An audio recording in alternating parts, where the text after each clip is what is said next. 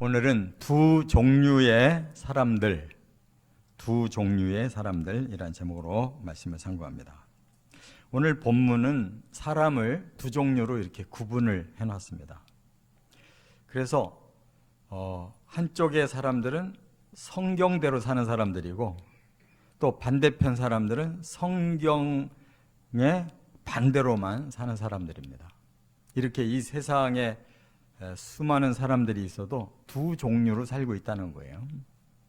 그런데 제가 성경을 읽다 보니까 예수님의 십자가 상에서 아주 상징적인 두 종류의 사람을 보게 돼요. 누가복음 23장에 보니까 예수님이 십자가에 달리셨는데 두 행악자가 옆에 함께 달렸다고 그랬어요. 둘 다 행악자였어요.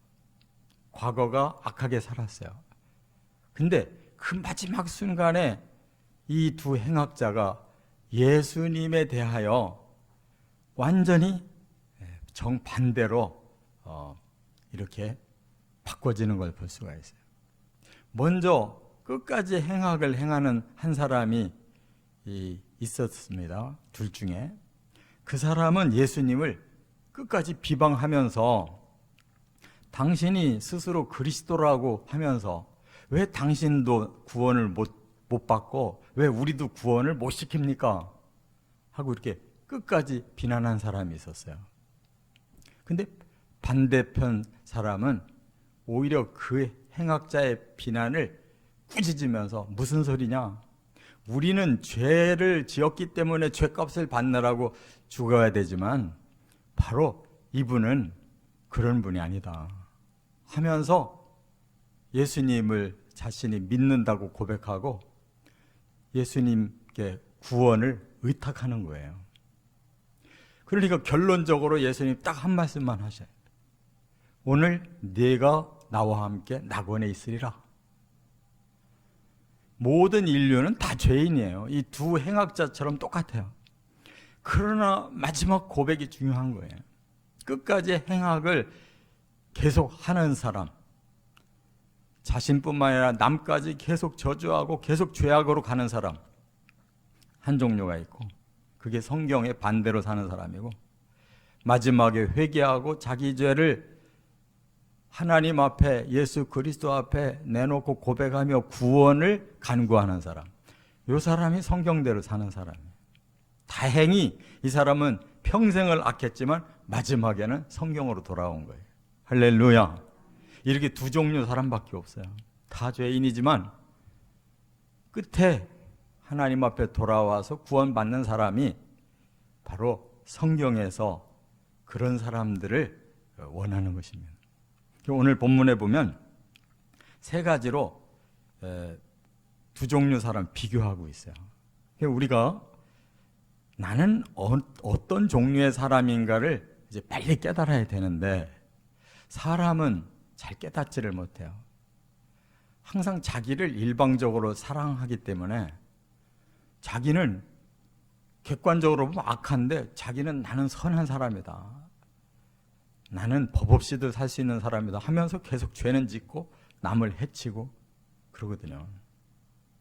우리가 거울을 보면 자기 모습이 더러운가 깨끗한가를 알아요. 근데 자기 마음은 거울에 안 보이거든요. 그래서 그냥 혼자 스스로 상상하는 거예요. 내 마음은 이 정도면 훌륭할 거야. 근데 마음을 비춰보는 거울이 있어요. 그게 바로 성경인 거예요. 성경을 이제 내가 받아들이고 성경 안으로 들어가기 시작하면 내 마음이 성경 속에서 다 비춰져요. 내가 제대로 변화가 되는 건지 아니면 그대로 잘못된 상태로 사는지 성경의 거울로 정확하게 비춰보시고 나는 어떤 종류의 사람인가를 확실히 깨닫고 잘못됐다면 꼭 돌이켜야 될 줄 믿습니다. 첫째는 6절과 7절에 보면 의인과 악인이 있다는 거예요. 근데 의인은 늘 의인이고 악인은 늘 악인이냐? 그렇지 않습니다. 사람은 왔다 갔다 해요. 악했던 사람도 의로운 사람으로 바뀔 수가 있고 의로웠던 사람도 악한 사람으로 바뀔 수가 있어요. 그래서 이제 성경이라는 거울을 가지고 내가 계속 의의 삶을 추구하고 있느냐, 아니면 악의 삶을 계속 추구하고 있느냐, 어떤 방향으로 가고 있느냐가 중요하다는 거예요. 여기에 보니까 6절에는 의인의 머리에는 복이 임하나 악인의 입에는 독을 머금었느니라 그랬어요. 우리가 의의 방향으로 살고 있다면 머리에 복이 임한다는 거예요. 이 말씀은 왜 머리에 복이 임할까를 생각해 봐야 돼요. 이 머리는 위를 말하고 또 복은 하나님이 내리신다는 것을 의미하는 거예요. 내가 의롭게 사는 것을 하늘에 계신 하나님께서 너무 기뻐하시는 거예요. 우리가 간혹 안수라는 걸 받잖아요.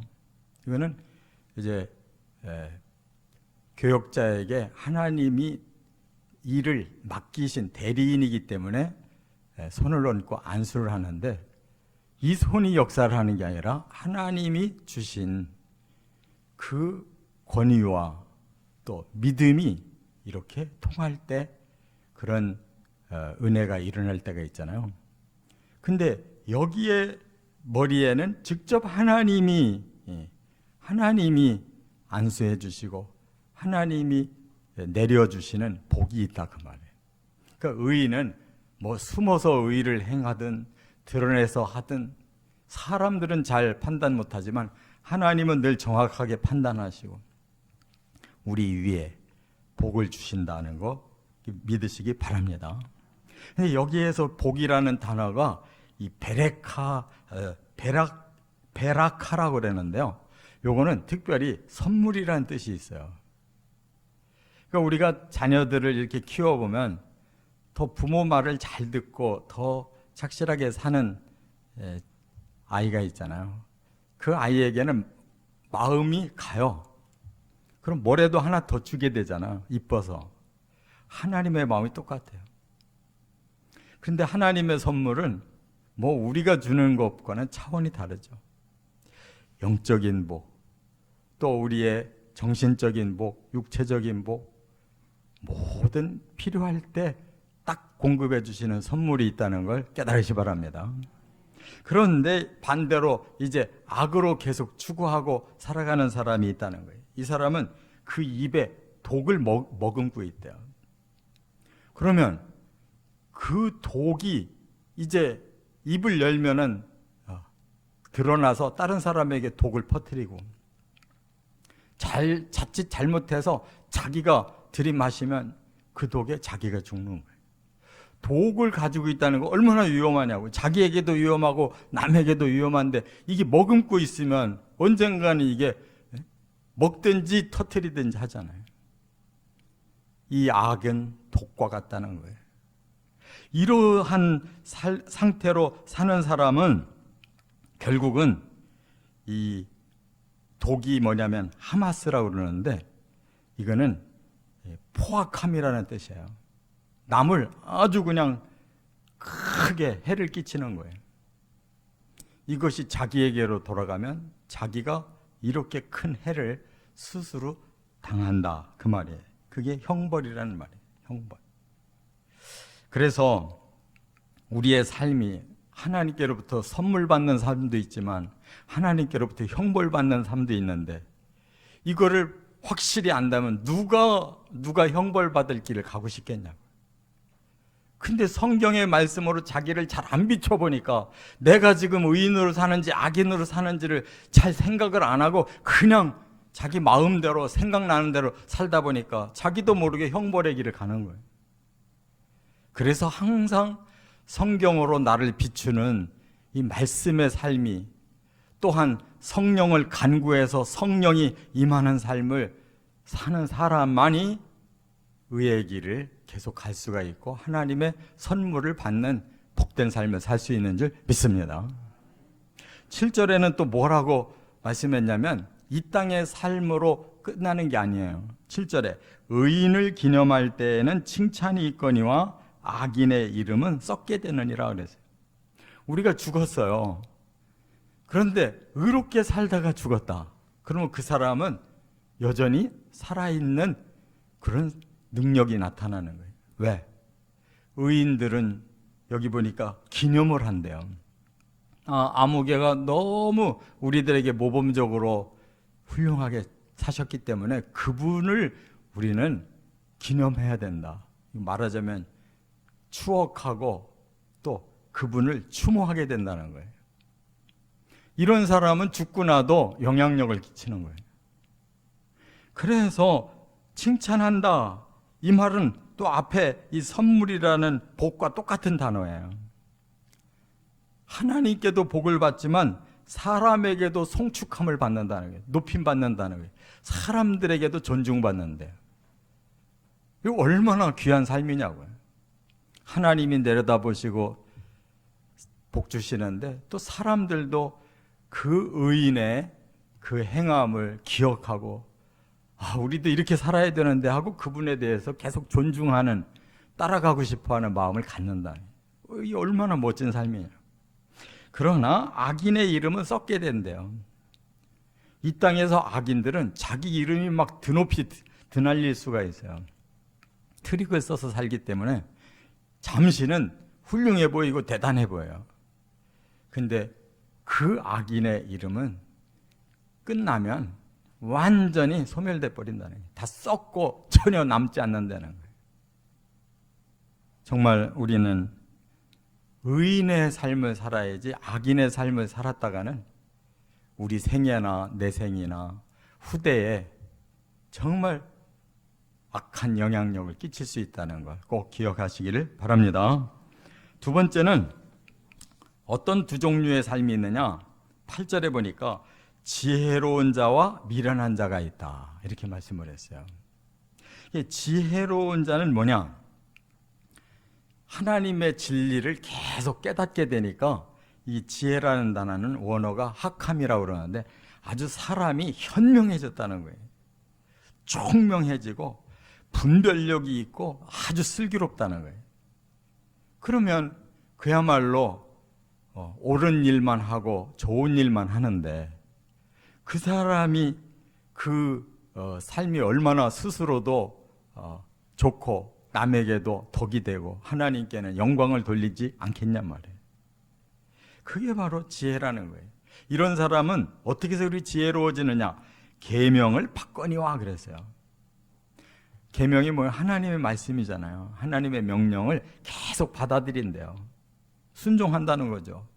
마음의 깨달음을 실천한다는 거예요. 이런 사람은 하나님의 말씀이 우리의 마음과 삶을 주장해서 변화가 오는 거예요. 정말 슬기롭게, 정말 현명하게 살아갈 수가 있다는 것이. 그런데 반대로 입이 미련한 자는 멸망하리라 그랬어요. 이 미련이라는 말을 제가 어제도 말씀을 풀었는데 이 미련이라는 말은 아무것도 모른다는 뜻이에요. 아무것도 모르는데 그거를 스스로 위장해서 다 알고 아주 똑똑한 체를 하는 것이 미련인 거예요. 사람은 그 미련을 어디서 보여주냐면 자기 말에서 보여주는 거예요. 말을 해보면 그 사람의 속이 텅 빈 사람인지 뭐가 제대로 차 있는 사람인지를 아는 거예요. 말 몇 마디만 들어봐도 그 사람의 속이 훤히 나타나게 돼 있어요. 입이 미련하다 그러니까 그 사람의 마음이 정말 미련한데 아무것도 모르면서 아는 체 하는 건데 그걸 또 다 드러낸다는 거예요. 말로 다 드러내. 그러면 드러내고 나면 거기에 대해서는 책임이 따르는 겁니다. 어떻게 되겠어요? 멸망한대요. 이 말이, 그 미련의 그 말이 드러나면서 다른 사람에게 그만큼 악영향을 주는 거죠. 왜 망하겠어요? 남을 망하게 했기 때문에 망하는 거예요. 말로 사람을 얼마나 많이 죽이고 얼마나 많이 잘못되게 만드냐고. 얼마나 많은 상처와 불화와 전쟁과 이러한 모든 멸망할 것들을 막 쏟아내냐 이거예요. 나중에 그걸 어떻게 주워 담을 수가 없잖아요. 한번 뱉은 말은 하나님 앞에 다 기록되는 거예요. 하나님 앞에 녹음된 것은 절대 우리가 손쓸 수가 없어요.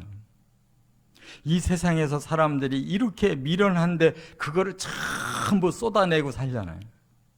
그냥 지금만 어떻게 잘 넘어가고 지금만 속이고 뭐 지금만 다 형통하면 다 되는 걸로 생각해요. 근데 다 기록되고 있어요.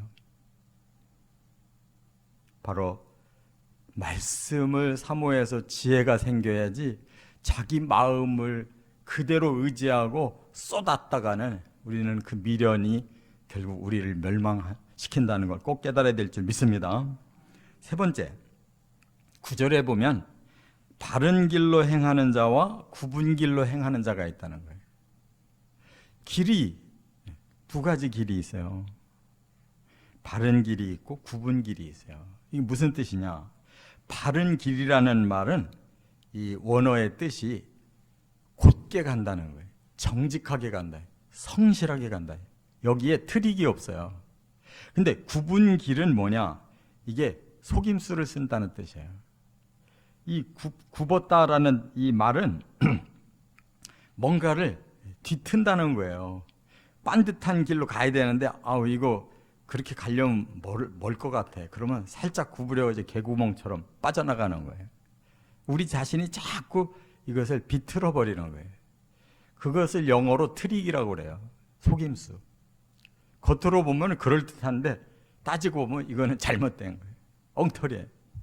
그렇게 자꾸 정직과 성실로 가야 되는데 자꾸 트릭을 써서 우선 그냥 괜찮아 보이고 훌륭해 보이고 뭐 사람들 얼마든지 속여 넘어가고 이런 길로 계속 가는 사람, 그 결과가 어찌 똑같겠냐고요.